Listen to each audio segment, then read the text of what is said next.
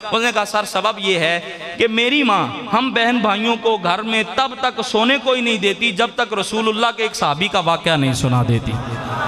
تو میرے گھر کا ماحول ہے، میری اماں روز ایک صحابی رسول کا واقعہ سناتی ہے، تو وہ باتیں سن کے نا میرے دل میں یہ چاہت پیدا ہوئی ہے کہ بڑا ہو کے اللہ نے اگر موقع دیا نا تو میں بھی سونے محمد کا صحابی بن کے دکھاؤں گا۔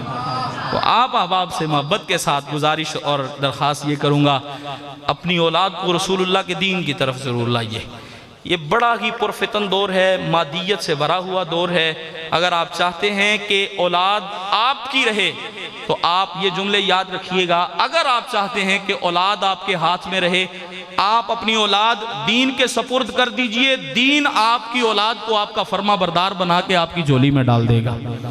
اپنی اولادوں کو رسول اللہ کے دین کی طرف لے کے آئیے، اپنی اولادوں کو سونا قرآن پڑھنا سکھائیے، اپنی اولادوں کو نمازی بنانے کی ترتیب جس انداز میں بھی آپ بنا سکتے ہیں وہ ضرور بضرور کیجئے۔ یہ کل کے جمعۃ المبارک میں ہی میں نے یہ جملے عرض کیے کہ کہیں نہ کہیں ہماری غلطیاں اتنی ہو گئی کہ ہماری اولادیں ہمارے ہاتھوں سے نکل گئی۔ چونکہ ہماری فیلڈ ہے، ہمیں لوگ آگے کہتے ہیں مفتی صاحب کوئی تویز دے دیو، مہربانی کرو، او بڑا پتر تے تو ہی نکل گیا۔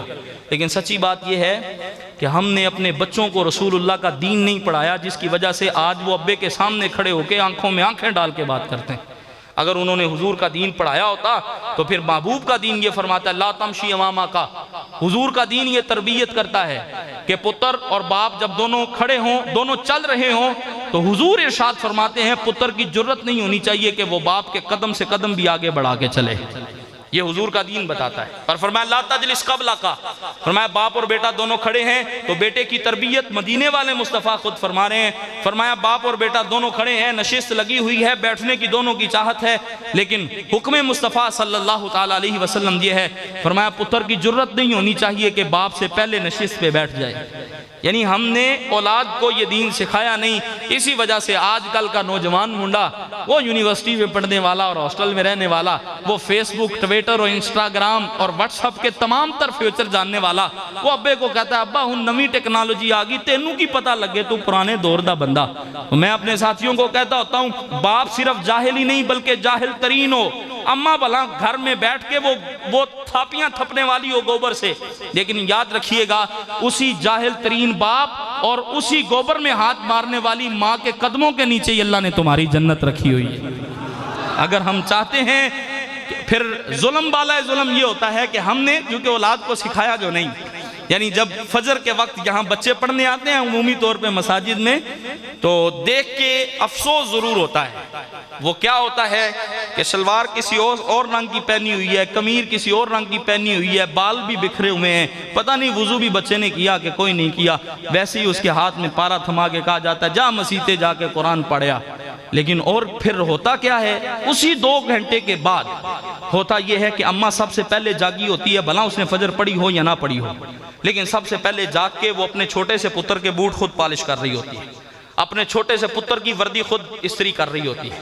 اس کو وردی پہنا کے، ٹائی لگا کے، اس کا بیج لگا کے، اسے سونے شوز پہنا کے، اس کے پیچھے بستہ لگا کے اور اس کو بھیجا جا رہا ہوتا ہے جا دنیاوی تعلیم حاصل کرا۔ جب ہم نے اپنے بچوں کے ذہن میں رکھا ہی دنیا کو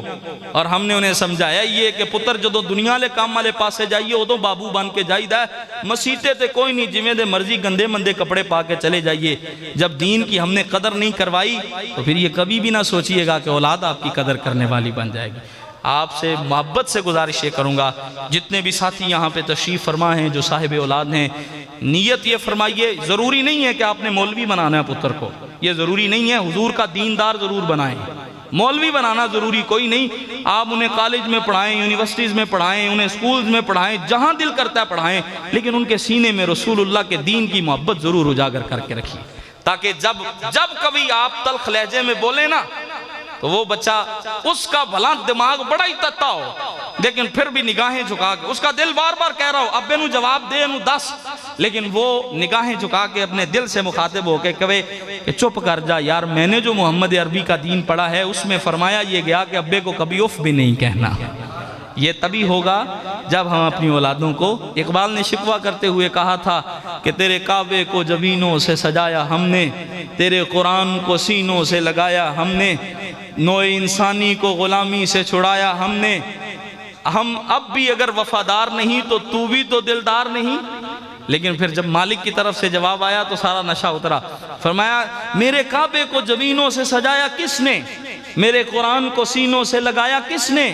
ہمارے گھروں کا ماحول تو یہ بن گیا، اللہ معاف فرمائے، کہ گھروں میں رکھا ہوا طاق پہ قرآن سال سال گزر گیا لیکن اس کو کھولنے کی توفیق کوئی نہیں ہوئی۔ وہ گھر جس میں 24 گھنٹوں میں سے کم از کم 14 گھنٹے ٹی وی ریگولر چلتا ہے، کیبل کے کنیکشن لگے ہوئے ہیں، یو ایس بیاں لگی ہوئی ہیں، وہ 14 گھنٹے ٹی وی چلانے والے،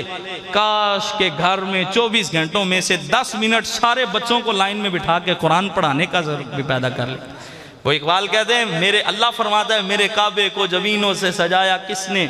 میرے قرآن کو سینوں سے لگایا کس نے، نوع انسانی کو غلامی سے چھڑایا کس نے؟ تھے تو وہ آبا ہی تمہارے، پر تم کیا ہو؟ ہاتھ پہ ہاتھ دھرے منتظر فردہ ہو، وہ معزز سے زمانے میں مسلمان ہو کر تم خار ہوئے تارک قرآن ہو کر۔ قرآن کے ساتھ وابستہ ہو جائیے، اپنی اولادوں کو رسول اللہ کے دین کا حوبدار بنائیے، یقیناً پھر ہماری آنے والی نسلوں میں بھی انشاءاللہ عز و جل اس کا فیضان اور اس کی خوشبو ضرور پھیلے گی۔ اللہ تعالیٰ مجھے اور آپ کو قابل عمل باتوں پہ عمل کرنے کی توفیق نصیب فرمائے۔ بار دیگر تمام احباب محبت جتنے یہاں تشریف فرما ہیں سب کو مبارکباد پیش کروں گا، محفل کی انتظامیہ کو مبارکباد پیش کروں گا، ہمارے عبدالوہاب بھائی اور قبلہ حضرت علامہ غلام دستگیر صاحب، ہمارے رفیق بھائی، دیگر جتنے بھی عشاقان رسول ہیں، اللہ آپ کو سلامت بکرامت رکھے۔ بس ایک گزارش یہ کہ میں انشاءاللہ عز و جل ہمیشہ آپ کو محبتوں میں اور دعاؤں میں یاد رکھوں گا، آپ مجھے جب بھی ہاتھ اٹھائیں دعاؤں میں یاد رکھیے گا۔ وما توفیقی الا باللہ۔